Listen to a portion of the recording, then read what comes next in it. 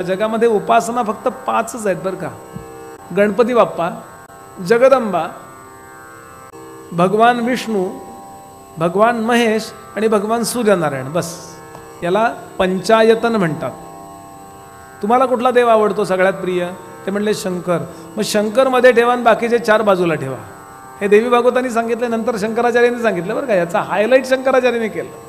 शिवपंचायतन म्हणजे शंकरमध्ये उरलेले 4. आत्ता बोललो गणपती, सूर्य, देवी आणि विष्णू, हे 4 जण. विष्णू पंचायतन विष्णूमध्ये मांडा. सूर्य, अग्निविग्नी हे सगळे सूर्य आहेत बरं. अग्नीची उपासना म्हणजे सूर्याचीच उपासना. सूर्य रात्री मावळताना आपलं तेज अग्नीत ठेवतो असे मंत्रच आहेत.